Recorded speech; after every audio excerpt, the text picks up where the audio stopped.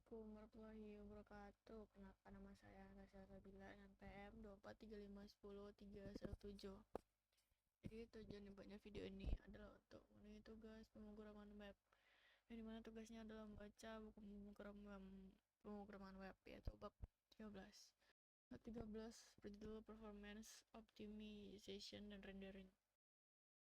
Yang pertama ada rendering strategis, yaitu memilih media tempur. Dalam sektor web modern, keputusan paling fundamental yang mempengaruhi performa adalah di mana dan kapan HTML dibuat. Strategi default dari single page application seperti Redis adalah client-side rendering. Dalam CSR, server hanya mengirimkan halaman HTML kosong yang berisi satu tag dan sebuah file JavaScript raksasa. Browser pengguna kemudian harus mengunduh JS tersebut, mengeksekusinya, mengambil data dari API, dan baru kemudian menyusun tampilan. Kelebihannya adalah navigasi antar halaman sangat cepat setelah load awal, namun kekurangannya sangat fatal untuk SEO dan performa awal. Pengguna melihat layar putih selama beberapa detik dan robot mesin mencari sering kali kesulitan mengindeks konten yang belum ada di HTML awal. Ini seperti membeli perabot IKEA paket ringkas, tapi kamu harus merakitnya sendiri di rumah sebelum bisa dipakai. Sebagai antitesis dari CSR, kita memiliki server-side rendering, metode tradisional yang dihidupkan kembali oleh framework modern seperti Next.js dalam SSR. Setiap kali pengguna meminta halaman, server akan melakukan semua kerja keras, mengambil data dari database, render komponen rect menjadi string HTML utuh, dan mengirimkannya ke browser. Pengguna langsung melihat konten penuh segera setelah HTML tiba, tanpa perlu menunggu JavaScript selesai diunduh. Ini memberikan nilai first contentful paint yang sangat baik dan SEO yang sempurna. Namun SSR membebani server karena harus memproses setiap request secara real time, yang bisa menyebabkan time to first byte menjadi lambat jika server atau database sedang sibuk. Ini seperti memesan makanan di restoran, kamu duduk manis tapi koki di dapur bisa kewalahan jika pesanan membludak. Di tengah-tengah kedua ekstrem tersebut terdapat static site generation.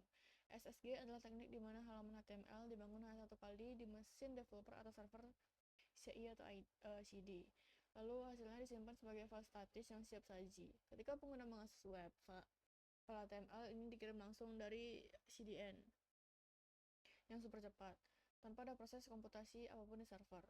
SSG adalah juara performa mutlak karena tidak ada database query atau rendering yang terjadi saat runtime. Namun, kelemahannya adalah data bisa menjadi usang jika kamu mengubah harga produk di database. Halaman produk tersebut tidak akan berubah sampai kamu melakukan build ulang dan deploy ulang seluruh situs. SSG sangat cocok untuk blog dokumentasi atau halaman marketing yang jarang berubah. Untuk mengatasi kelemahan data usang pada SSG, muncullah inovasi hibrida bernama Incremental Static Regeneration. ISR memungkinkan kita memperbarui halaman statis di latar belakang tanpa perlu build ulang seluruh situs. Kamu bisa mengatur agar halaman produk kedaluarsa setiap 60 detik. Jika ada pengguna yang mengakses halaman setelah 60 detik, dia akan melihat versi lama. Tapi di balik layar, server akan menggenerate versi baru untuk pengguna berikutnya. Ini memberikan kecepatan SSG dengan kesegaran data yang hampir setara SSR. Memilih strategi yang tepat bukanlah soal mana yang baik, tapi soal mencocokkan karakteristik kontenmu dengan metode pengiriman yang paling efisien. Arsitek yang cerdas bahkan bisa mencapai strategi ini dalam satu aplikasi. Halaman beranda pakai SSG, halaman dashboard pakai CSR, dan halaman detail produk pakai ISR. Terakhir, konsep yang sedang naik daun adalah streaming SSR dan rig server komponen. Teknologi ini memungkinkan server untuk mengirimkan HTML dalam potongan-potongan segera setelah siap, tanpa harus menunggu seluruh halaman selesai dirender. Misalnya, header dan sidebar dikirim duluan, sementara bagian konten utama yang berat masih diproses. Ini memecahkan masalah TFB lambat pada SSR tradisional. RSC bahkan melangkah lebih jauh dengan memungkinkan komponen tertentu dirender hanya di server dan tidak pernah mengirimkan kode JavaScript ke klien, yang secara drastis mengurangi ukuran bundle yang harus diunduh pengguna. Evolusi strategi rendering ini membuktikan bahwa pencarian akan kecepatan adalah perjalanan tanpa akhir yang terus mendorong batas kemampuan teknologi web. Yang kedua ada Core Web Vitals, rapor kesehatan web. Dulu, mengukur kecepatan website adalah hal yang subjektif dan membingungkan. Apakah cepat berarti server merespon cepat, atau gambar muncul cepat, atau bisa diklik cepat? Untuk standarisasi ini, Google memperkenalkan Code Web Vitals, serangkaian metrik yang berfokus pada pengalaman pengguna nyata, bukan sekedar angka teknis server. Metrik pertama adalah large contentful paint yang mengukur kecepatan pemuatan. LCP menghitung waktu sejak halaman mulai dibuat hingga elemen konten terbesar selesai dirender di layar. Google menetapkan standar bahwa LCP yang baik harus di bawah 2,5 detik. Jika LCP melambat, biasanya penyebabnya adalah gambar yang belum dioptimasi, server yang lambat merespon, atau JavaScript yang memblokir rendering. Metrik kedua berfokus pada interaktivitas, yaitu interaction to next pane, yang baru saja menggantikan first input delay.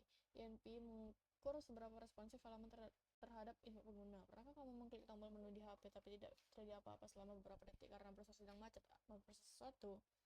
Itu adalah INP yang buruk. INP mengukur latensi terburuk dari semua interaksi. Selama kunjungan pengguna, nilai INP yang baik harus di bawah 200 detik. Penyebab utama INP buruk adalah tugas JavaScript yang berat dan panjang. Di main thread yang memblokir browser untuk merespon input. Solusinya adalah memecah tugas berat menjadi potongan-potongan kecil atau memindahkannya ke web worker. Metrik ketiga mengukur stabilitas visual, yaitu cumulative layout shift. Ini adalah metrik yang paling sering membuat pengguna frustasi. Bayangkan kamu sedang membaca artikel, tiba-tiba sebuah iklan muncul di bagian atas dan mendorong seluruh teks ke bawah, membuatmu kehilangan baris yang sedang dibaca. Atau lebih parah, kamu mau mengklik tombol cancel, tapi karena layout bergeser, kamu malah mengklik tombol buy. CLS menghitung total skor pergeseran tak terduga yang terjadi selama halaman dibuka. Skor CLS yang baik harus di bawah 0,1. Penyebab paling umum CLS adalah gambar atau iklan yang tidak memiliki atribut dimensi yang jelas di HTML, sehingga browser tidak bisa menyediakan ruang kosong sebelum gambarnya selesai diunduh. Selain tiga pilar utama tersebut, ada metrik pendukung lain yang tak kalah penting untuk diagnosis, seperti time to first byte dan first contentful paint. TTFB mengukur seberapa cepat servermu bangun tidur dan mengirim byte pertama data. Jika TTFB lambat, tidak peduli seberapa canggih optimasi frontendmu, situsmu akan tetap terasa lambat karena browser hanya menunggu kosong.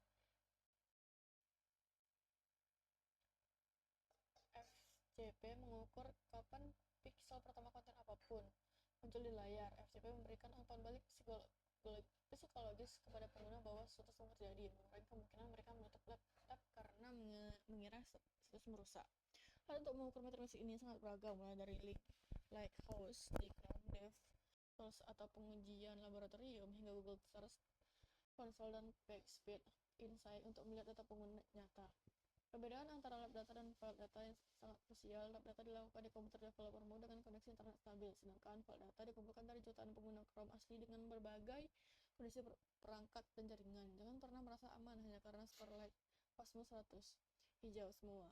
Padahal data lapangan menunjukkan bahwa pengguna di pedesaan dengan sinyal 3G mengalami LCP 10 detik. Optimasi performa harus selalu berbasis pada data pengguna nyata, bukan asumsi ideal. Yang ketiga ada code splitting dan bundling, diet ketat JavaScript. Masalah terbesar aplikasi web modern adalah obesitas JavaScript. Kita cenderung mengimpor library raksasa hanya untuk menggunakan satu fungsi kecil, atau membuat kode untuk halaman admin padahal pengguna hanya membuka halaman beranda. Secara default, alat bundler seperti Webpack atau Fed akan membungkus seluruh kode aplikasimu menjadi satu file raksasa. Jika file ini berukuran 5 MB, pengguna harus mengunduh 5 MB tersebut sebelum bisa melihat apa-apa. Kode splitting adalah teknik memecah bundle raksasa ini menjadi potongan-potongan kecil yang hanya dibuat saat dibutuhkan. Dengan kode splitting, pengguna yang buka halaman beranda hanya akan mengunduh kode untuk beranda, membuat load time menjadi instan. Implementasi paling umum dari code splitting adalah route-based splitting. Kita bisa menggunakan rect lazy dan suspense untuk membungkus komponen halaman. Alih-alih mengimpor komponen secara statis di atas file, kita mengimpornya secara dinamis. Saat pengguna menavigasi ke rute about, barulah browser mengirim request untuk mengunduh about.chunk.js. Selama proses pengunduhan, kita bisa menampilkan loading spinner atau skeleton UI. Ini secara drastis mengurangi initial bundle size. Metrik yang berkorelasi langsung dengan tingkat konversi pengguna. Semakin kecil bundle awal, semakin cepat pengguna bisa mulai berinteraksi. Selain memecah per halaman, kita juga bisa memecah per fitur atau interaksi. Bayangkan sebuah tombol open modal yang memunculkan editor teks yang berat. Jika editor teks tersebut diimpor secara biasa, kode beratnya akan dimuat di awal meskipun pengguna tidak pernah mengklik tombol tersebut. Dengan dynamic import, kita bisa menunda penguatan kode editor sampai saat tombol benar-benar diklik. Teknik ini disebut lazy loading JavaScript. Ini sangat efektif untuk fitur yang jarang dipakai atau tersembunyi di balik interaksi pengguna, menjaga mentor tetap ringan untuk rendering konten utama yang kritikal. Teknik pendamping yang tak kalah penting adalah tree shaking. Istilah ini menganalogikan aplikasi kita sebagai pohon. Jika kita mengguncangkannya dengan keras, bundler mati. Pada Tuhan, bundler modern mampu melakukan analisis status pada kode untuk mendeteksi fungsi atau variabel yang diekspor tapi tidak pernah diimpor dimanapun. Kode mati ini kemudian dibuang dari bundle akhir. Namun, tree shaking hanya bekerja efektif jika kita menggunakan sintaks Xmodules. Jika kita menggunakan library lama yang menggunakan Commons.js, penulis seringkali gagal mendeteksi bagian mana yang tidak terpakai dan akhirnya menyerahkan seluruh library tersebut. Oleh karena itu, pemilihan library yang mendukung ISM dan side effect free sangat krusial untuk menjaga kelangsingan aplikasi. Kita juga harus berhati-hati dengan aplikasi dependensi. Seringkali dua library berbeda yang kita gunakan sama-sama bergantung pada library utilitas yang sama, tapi dengan versi yang sedikit berbeda. Akibatnya, benar-benar mungkin mensertakan dua versi loader di dalam bundle akhir, memboroskan ruang. Alat analisis seperti Webpack Bundle Analyzer atau Source Map Explorer sangat wajib digunakan secara berkala. Alat ini memvisualisasikan isi bundlemu dalam bentuk kotak-kotak. Kamu akan sering terkejut menemukan bahwa separuh ukuran aplikasimu ternyata dimakan oleh satu library icon yang kamu import secara salah. Audit rutin ini adalah bagian dari kebersihan digital yang harus dijaga oleh setiap arsitek frontend. Yang keempat ada caching strategis, seni menyimpan kenangan. Sebaik-baiknya otomatis kode request jaringan tetaplah operasi yang paling lambat. Strategi terbaik untuk mempercepat request adalah dengan tidak melakukannya sama sekali. Disinilah caching berperan. Lapisan pertahanan pertama adalah browser cache. Melalui header cache control, server bisa memberitahu browser simpan file log PNG ini selama 1 tahun, jangan minta lagi ke server. Untuk file JavaScript dan CSS, kita biasanya menggunakan teknik fingerprinting. Ini memungkinkan kita menyetel waktu cache selamanya. Jika kita merilis versi baru aplikasi, nama filenya akan berubah, sehingga browser otomatis mengunduh file baru dan tetap menyimpan file lama yang tidak berubah. Strategi ini disebut cache busting. Lapisan kedua adalah CDN, adalah jaringan server yang tersebar di seluruh dunia. Jika server aslimu ada di Jakarta dan pengguna ada di London, atau jaringan bisa mencapai ratusan milidetik dengan CDN file statis disalin ke server Edge di London. Pengguna London akan mengunduh file dari server London terdekat dengan latensi super rendah. CDN tidak hanya mempercepat pengiriman aset, tapi juga mengurangi beban server aslimu secara drastis karena mayoritas request ditangani oleh CDN. Konfigurasi CDN yang tepat termasuk aturan invalidation saat deploy adalah skill wajib infrastruktur. Untuk data API yang dinamis, kita bisa menggunakan strategi stale revalid yang sudah dibahas di bab manajemen state, namun kali ini diterapkan di level HTTP cache. Ini menginstruksikan CDN untuk melayani konten lama yang masih ada di cache, sambil secara diam-diam mengambil konten baru dari server di latar belakang. Pengguna mendapatkan respon instan dari cache CDN dan cache tersebut terbaru untuk pengguna berikutnya. Ini adalah teknik yang sangat ampuh untuk API publik yang datanya tidak harus real time detik per detik seperti feed berita atau daftar produk. Di sisi aplikasi klien, kita juga bisa menerapkan service worker untuk caching tingkat lanjut yang merupakan fondasi dari PWA. Service worker adalah script proxy yang berjalan di browser. Di antara aplikasi web dan jaringan internet, kita bisa memprogram service worker untuk mencegah request jaringan dan melayaninya dari cache lokal.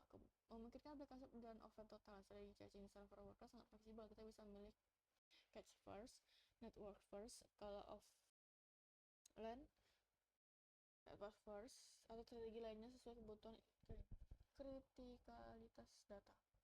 Di sisi aplikasi klien, kita juga bisa menerapkan service worker untuk caching tingkat lanjut yang merupakan fondasi dari PWA. Service worker adalah script proxy yang berjalan di browser. Di antara aplikasi web dan jaringan internet, kita bisa memprogram service worker untuk mencegah request jaringan dan melayaninya dari cache lokal. Memungkinkan aplikasi berjalan offline total. Strategi caching service worker sangat fleksibel. Kita bisa memilih cache first, network first, atau strategi lainnya sesuai kebutuhan kritikal Anda. Namun, caching memiliki satu kritikal terkenal. Ada dua hal sulit dalam ilmu komputer: invalidasi cache dan penanaman variabel. Menyimpan data di cache itu mudah, tapi yang sulit adalah mengetahui kapan harus membuangnya. Jika kita terlalu agresif melakukan caching, pengguna mungkin terjebak pada versi aplikasi yang lama dan penuh bug meskipun kita sudah rilis perbaikan.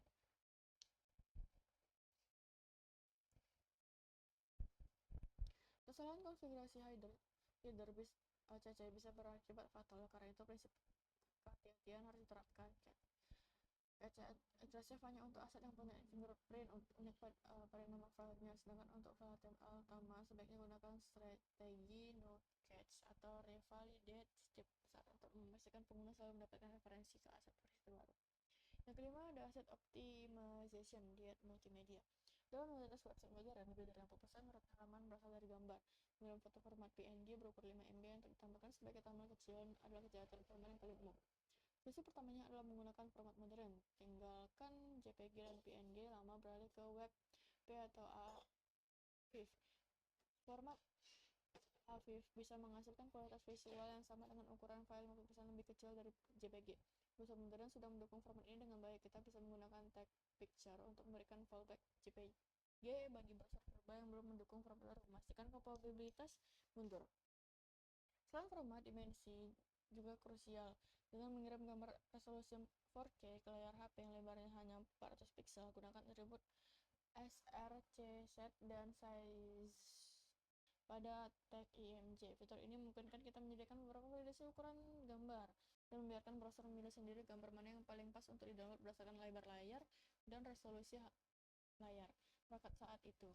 Ini disebut responsive image. Browser di HP murah dan dengan koneksi lambat akan otomatis memilih gambar versi kecil yang hemat kuota, sementara iMac Retina akan mengambil versi resolusi tinggi.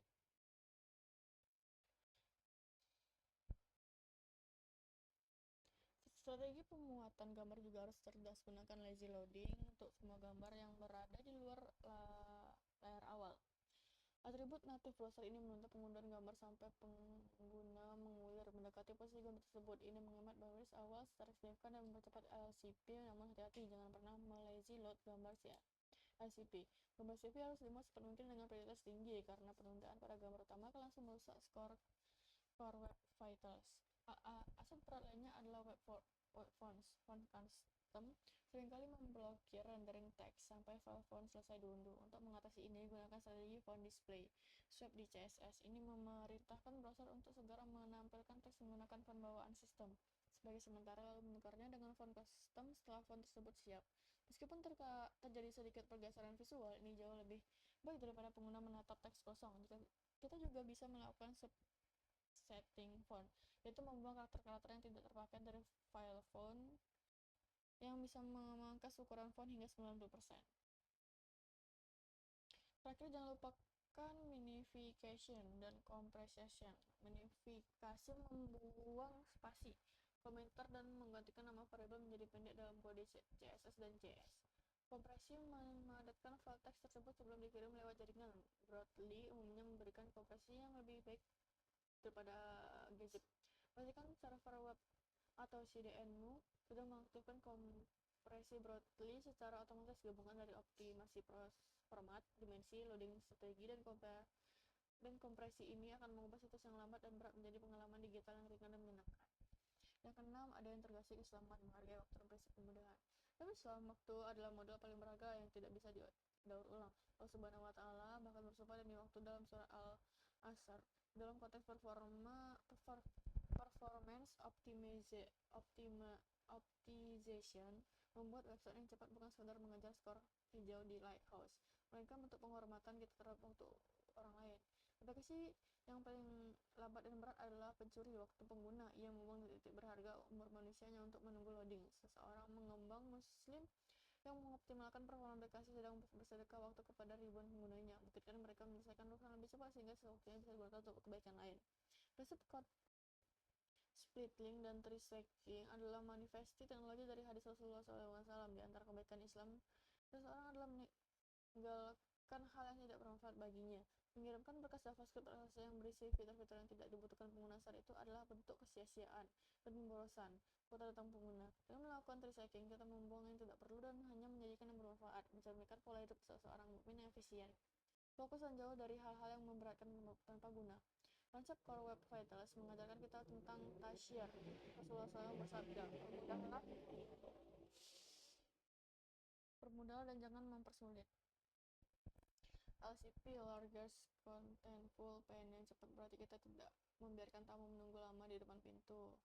CLS, cumulative layout shift yang rendah, berarti kita tidak menjahili pengguna dengan nomor yang tiba-tiba bergeser saat mau diklik. Memberikan pengalaman pengguna yang stabil dan responsif adalah bentuk akhlak mulia dalam melayani sesama, menghindarkan mereka dari frustasi dan kesalahan.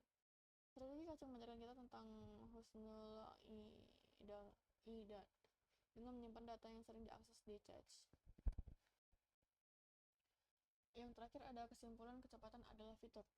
Yang pertama ada strategi rendering yang tepat. Kita telah membedakan trade-off antara CRS, SSR, dan SSG. Tidak ada satu strategi yang menang mutlak.